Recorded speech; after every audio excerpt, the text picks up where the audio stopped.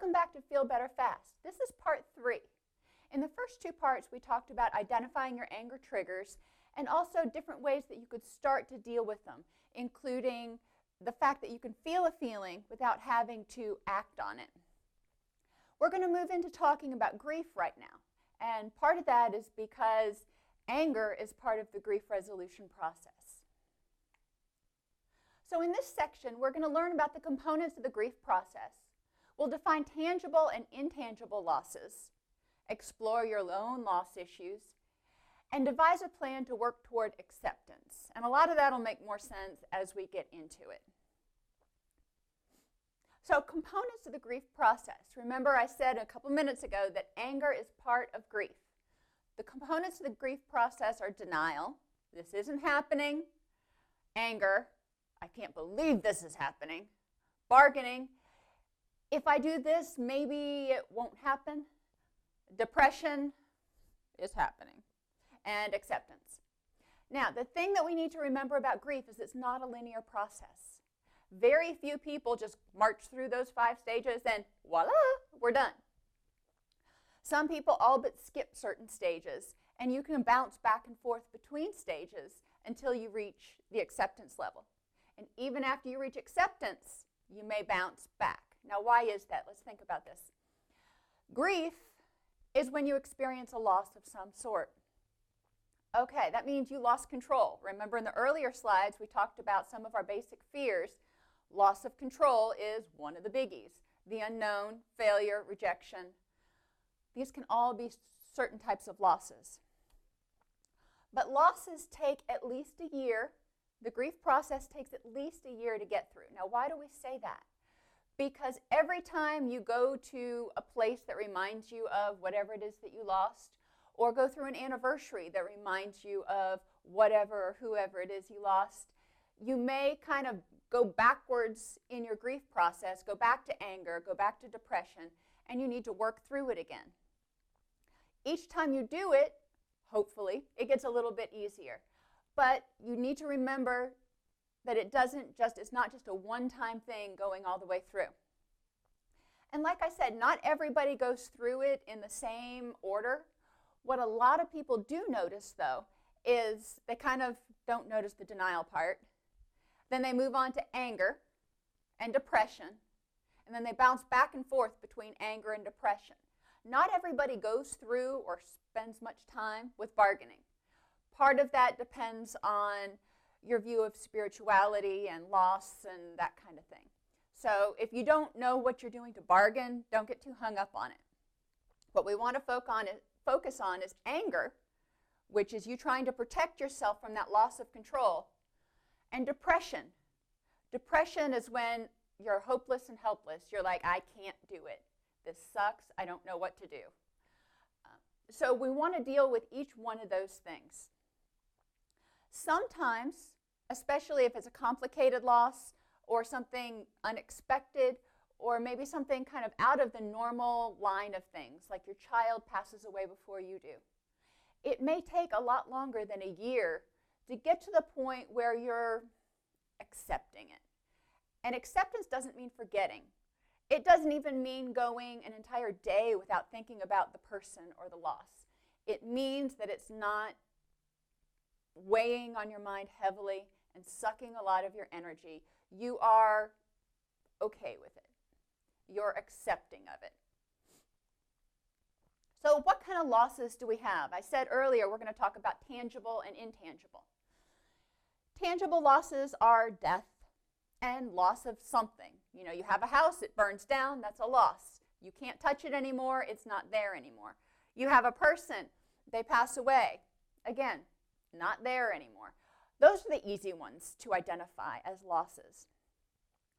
But I want you to also remember there are certain losses like when you move. You move to a different house. And my son has this game called Minecraft, and he's just wicked smart and really good with spatial organization and stuff. I could never do it. But there was one time when he was about 9 years old, he called me up to his computer and he's like, I want to show you this.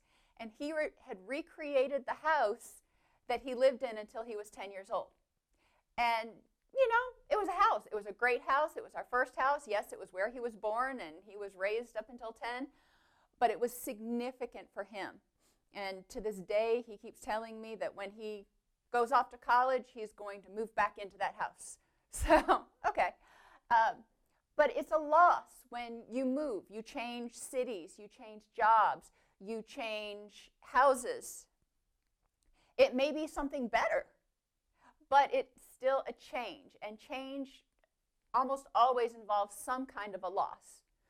Sometimes it's really easy to deal with. It's like, woohoo, moving up in the world, moving to a new house, we're good with it. But not always. There are some things that you'll remember. I look back through the pictures and I remember the way we had his nursery set up, and I remember these other things. Am I sad about it? No. But it's one of those things that I've come to accept. So losses can come in many, many, many different forms. The intangible ones are the things you can't really put your finger on, literally.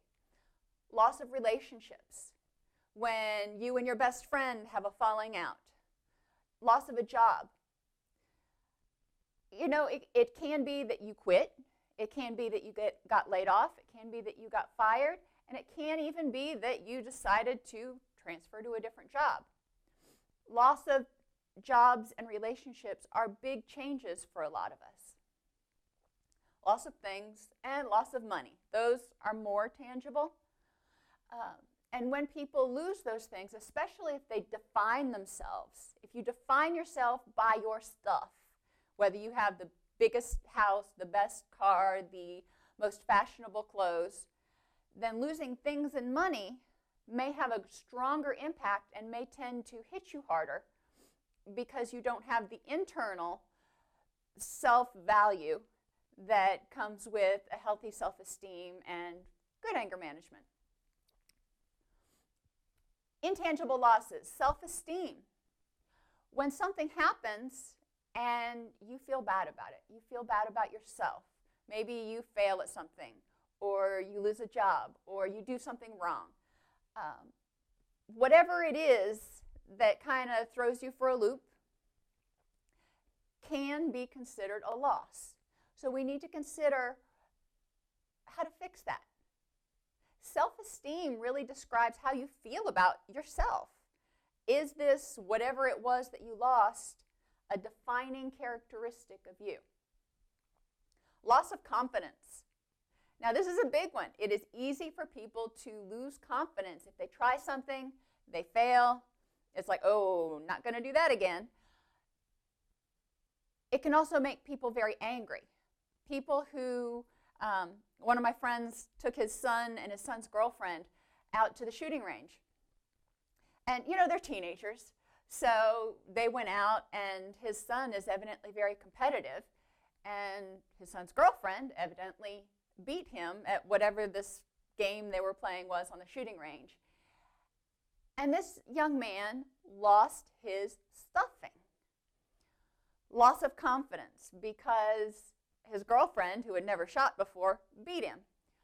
What does that mean? There's a loss of confidence in his ability to be a good shot, be a good marksman, but also a loss of self-esteem because he thought he was all that in a bag of chips, and she took him down a notch.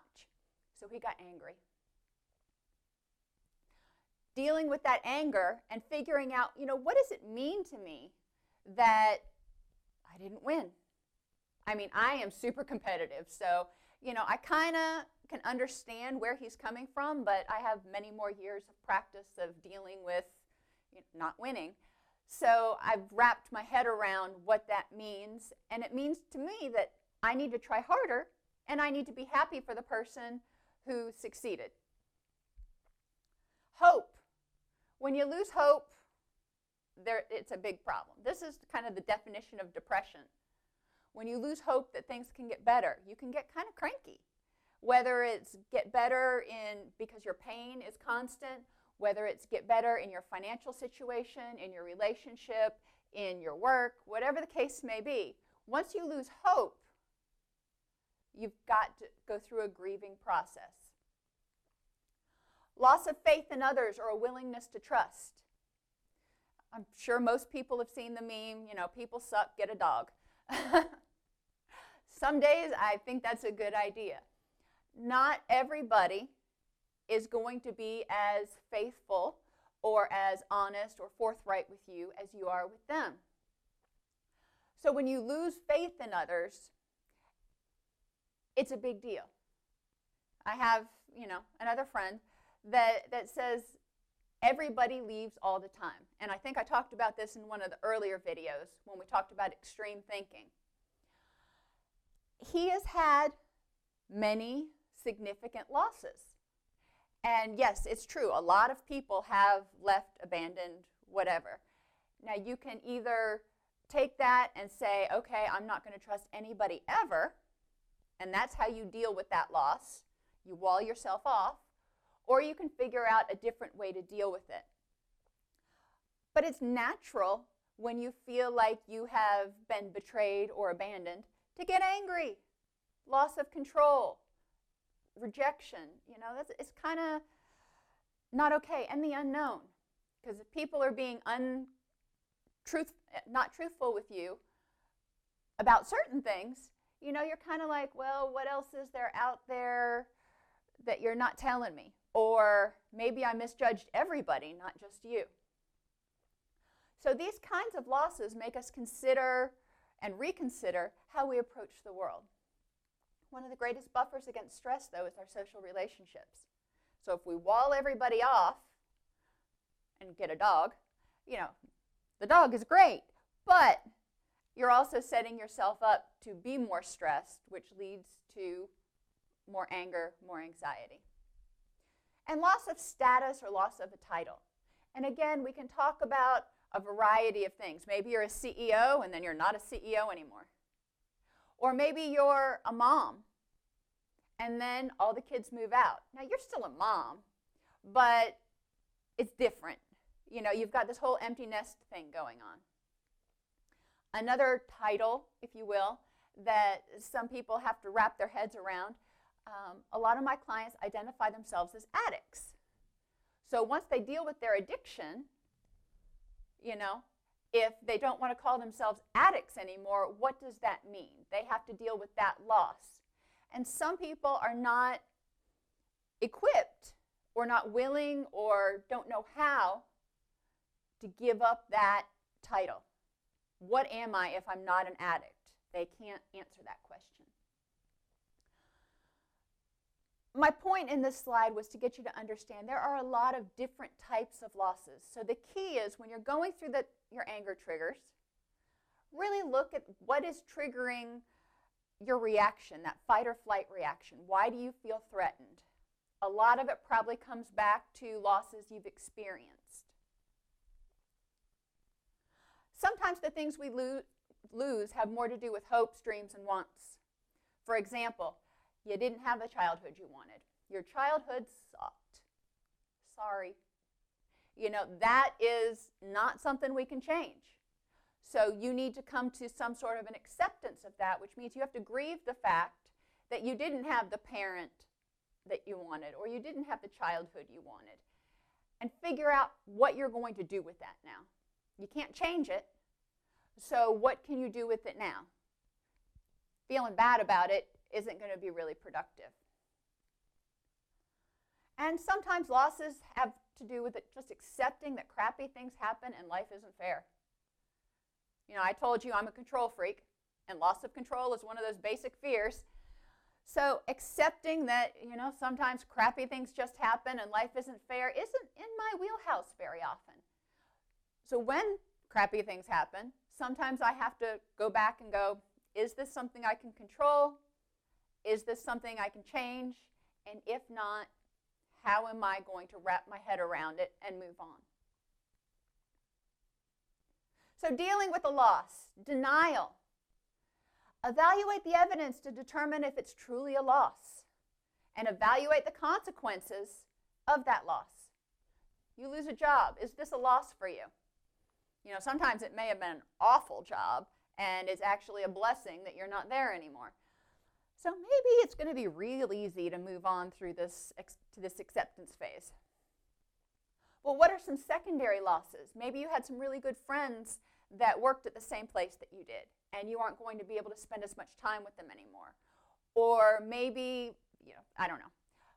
Look at the different repercussions or ramifications of each loss. Then you have your head wrapped around, okay, this is why I am moving into anger. Threat. Remember, anger represents a threat, fight or flee.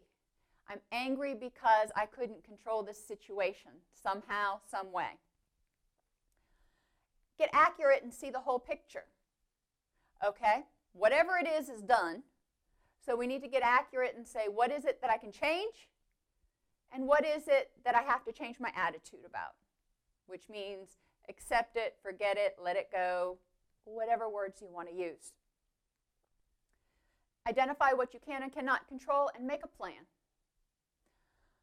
All right, you got laid off from your job. That's a loss. You're not going to spend as much time with the people that you've been working with for the last 20 years, some of whom you really liked. That's a loss. You're starting to feel resentful that you got laid off, angry, frustrated, depressed, maybe all of this kind of all at once. Okay, that's natural, that's normal. What are you going to do about it? Which parts can you control, and what's your plan?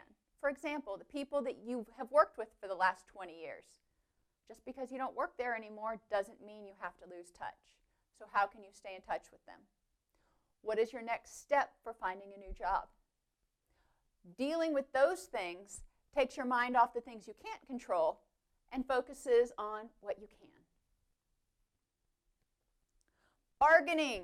Remember, I said not a lot of people spend a lot of time here, but it's worth going over. If I were a better friend, if I were a better mother, if I were a better employee, maybe this would change. If I hadn't done this, bargaining is kind of finding ways to delay dealing with the loss. When my father was diagnosed with cancer, I did all kinds of bargaining with my higher power, and it didn't do any good. I was trying to delay dealing with the inevitable fact that he was terminal. So then you move into depression. You accept the fact that there are some things you cannot change. And this hurts. It makes you sad. You've expended a lot of energy being angry and bargaining and all that mental gymnastics you've been doing. So part of that goes into depression too. Your brain's just going, I'm out. I don't know how to deal with this. I just need to go to sleep for a little while and wake up and try to face it again. Then we move to acceptance. Depression is normal. When you have a flood of emotions, there's kind of a crash period afterwards. It can be a day. It can be a week. If it goes more than 2 weeks, you probably want to start talking to somebody. Not necessarily a professional. Maybe you need to talk to your pastor or your friend. But when depression starts lingering, we need to start looking at what self-talk you're giving yourself. Think of life in terms of book chapters. This helps me when I try to move on and accept a loss. We'll go back to the job again, because most people can relate to that. Or graduating. When I graduated college, that chapter was over. Close the book. And there were a lot of things that I loved about college, and there's a lot of things I still miss about college. But that chapter is over, and I can go back and I can reread that chapter. I can revisit that chapter, but I can't rewrite that chapter. It's done.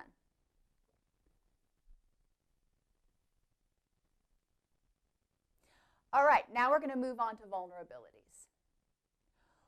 When we're talking about anger management and depression and feeling better, the term vulnerabilities means what things make you more likely to be depressed, angry, anxious, miserable, whatever word you want to use.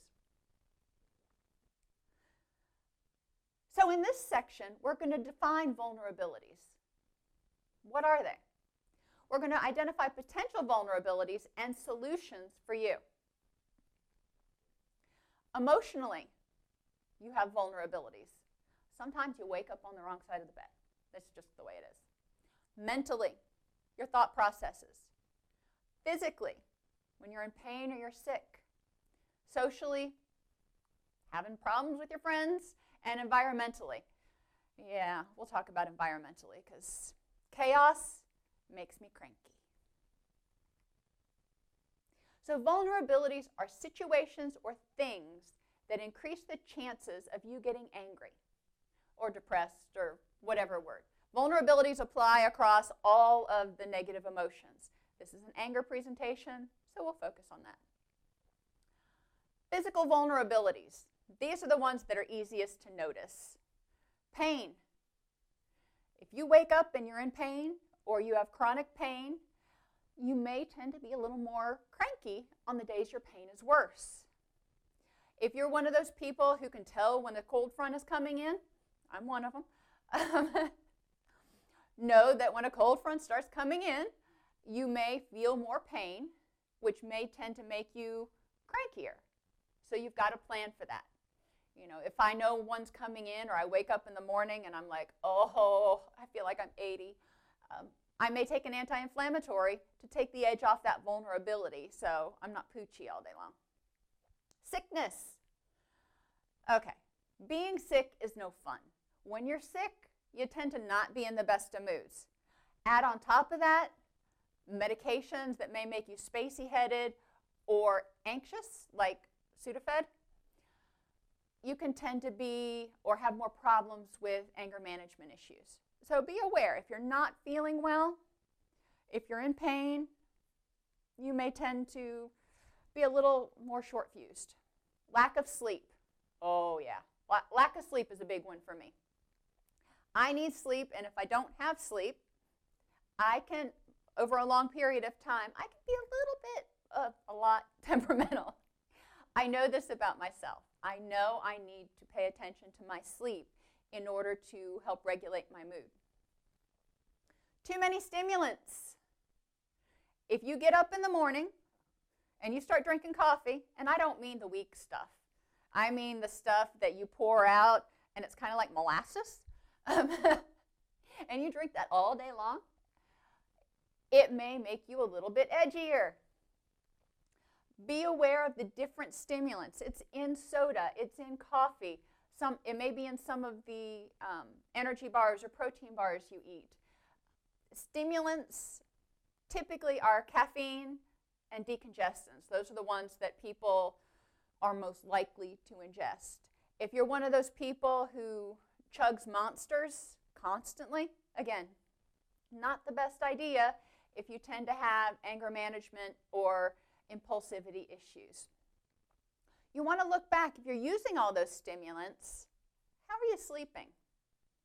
Those stimulants may be contributing to a lack of sleep, which contributes to the use of more stimulants, which contributes to a lack of sleep, which all contribute on this downward spiral of poor anger management. And low blood sugar. Even if you're not what technically hypoglycemic, if you haven't eaten in 6 or 7 hours and you're hungry and your blood sugar is low, you will be more likely to be irritable. Irritability, if I'm just a little bit irritable and I give somebody an attitude, they may give me an attitude back, to which I respond with anger, and we have the anger management issue. So be aware. These are easy things, for the most part, to deal with. Pain. Talk with your doctor if you've got chronic pain. Stretch, exercise, whatever it takes to help you deal with it. Sickness.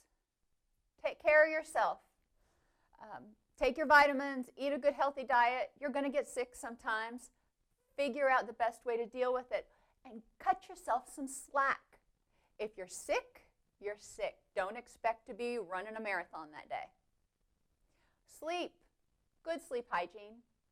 It helps with anxiety, it helps with depression, it helps with anger. Sleep's a big one, and most people don't usually argue with me when I tell them, you know, I think you really need to sleep. Too many stimulants. Most people choose not to go cold turkey and just cut out all caffeine because they get wicked headaches and all kinds of stuff. And, you know, I don't disagree. I say try to cut back to 50% caffeine, 50% decaf, and then try to cut out caffeine 6 hours before bed. That way your sleep is quality sleep. Caffeine has a really long half-life in your body. And low blood sugar, keep a snack on hand. Don't go huge, long periods without eating. It's bad for your metabolism, bad for your blood sugar, bad for your mood. So with pain, we can talk about medical management, drugs, physical therapy, TENS units, and stretching. If you're sick, rest and recover. If you have too many stimulants, nicotine, that was the one I forgot to mention. See, this is why I had it on the slide. Watch your caffeine, your nicotine, and your decongestant intake. And while I'm on the subject, I'll get on my little soapbox. Nicotine isn't just cigarettes. It can be any tobacco product or the e-cigarettes that have the nicotine in them. So you need to be aware of what you're ingesting. And low blood sugar, eat healthfully and regularly. Ideally, eat a little bit of something every 3 hours.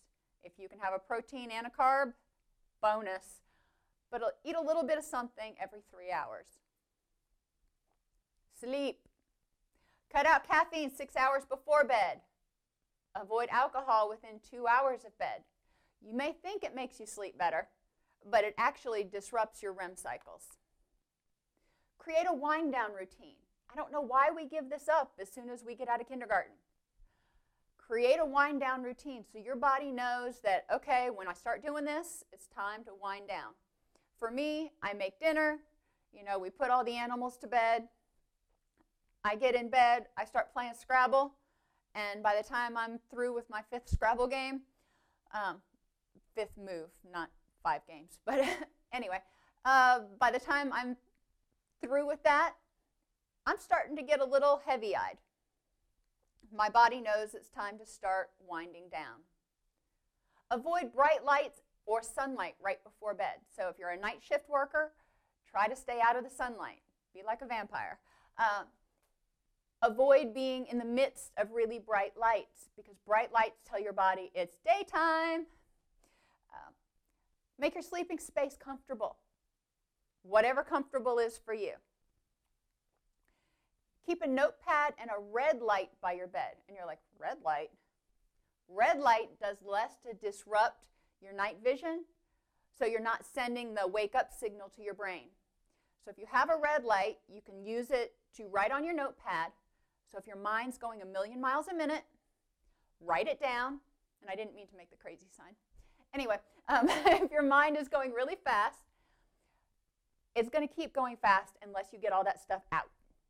The best way to get it out, write it down on a notepad. Red light, notepad, and pen, of course. And keep naps to less than 45 minutes. Once you go past that 45 minutes, you're going to get into a REM cycle, and then your body's going to go, am I supposed to be sleeping for the night, or what are we doing here? And it's harder to wake up from a long nap. Simple things like addressing pain, getting enough sleep, moderating sweets and alcohol and stimulants can go a long way toward helping you manage your anger. Yeah, doesn't sound like anything to do with anger, does it? But the way you feel will impact how you react and interpret what's going on around you.